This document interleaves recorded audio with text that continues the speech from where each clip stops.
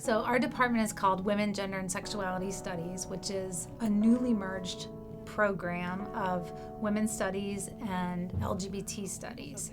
So this year we have renamed ourselves Women, Gender, and Sexuality Studies. We offer minors in both women's and gender studies and LGBT studies and certificates at the grad and undergrad level, but we don't have a major. But we do have faculty and students and a community.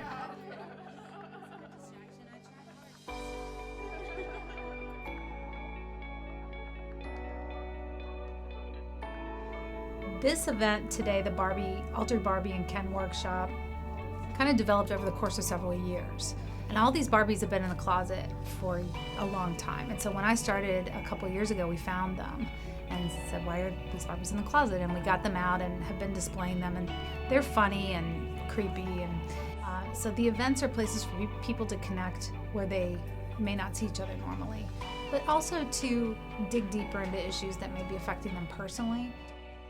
You know, my cousins played with these Barbies that didn't look anything like them. I always thought Teresa was supposed to be the Mexican Barbie, but apparently Teresa looked nothing like she was Mexican, so my family would tell me that Teresa wasn't, a Latina Barbie, that she was just a white Barbie with a Latina name. I think sometimes people come to our events and they have no personal connection to it whatsoever. They just think it's interesting.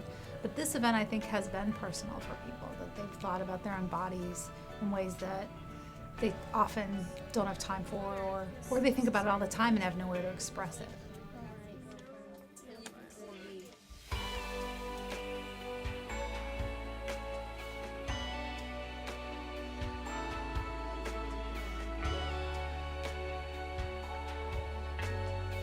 I named her Amanda because I really look up to my professor, Dr. Littauer. I know I sound like a total kiss-up, but she has been really groundbreaking because I myself struggle with body image, and she has just been wonderful. And I probably would not be here if I hadn't have taken women's studies, and I'm so glad that I took women's studies.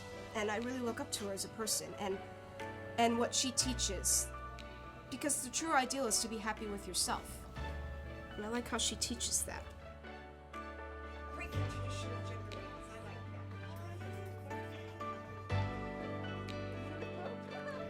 I hope that people who participate in this workshop today think back on their childhood and think about things that were fond memories. Playing is how we learn many things, and a lot of times that play is constrained by rules and can be harmful, but I bet there's some good stuff there too, and I'm hoping that they can also feel like they don't have to follow those rules all the time, that play teaches us about how to be a girl and how to be a boy and how to be straight even, and not to be gay and not to express anything that doesn't fall within these contained little boxes, and play could be totally different.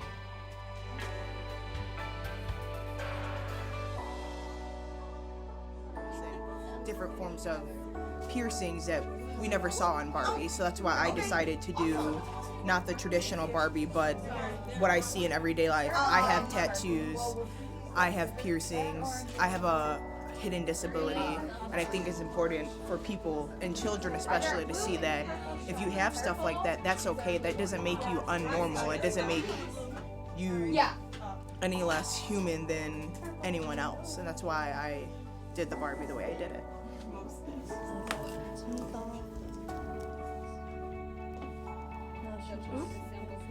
She got her eyebrows done.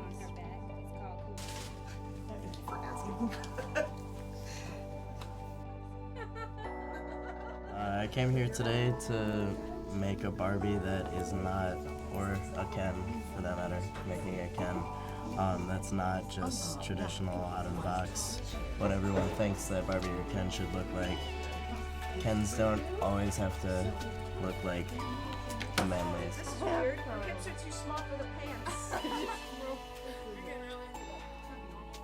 Well, I'm trying to touch with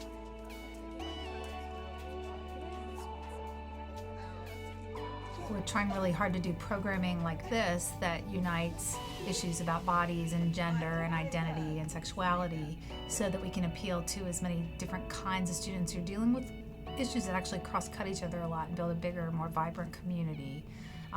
So it's a good moment to be here. It's a colorful moment to be here.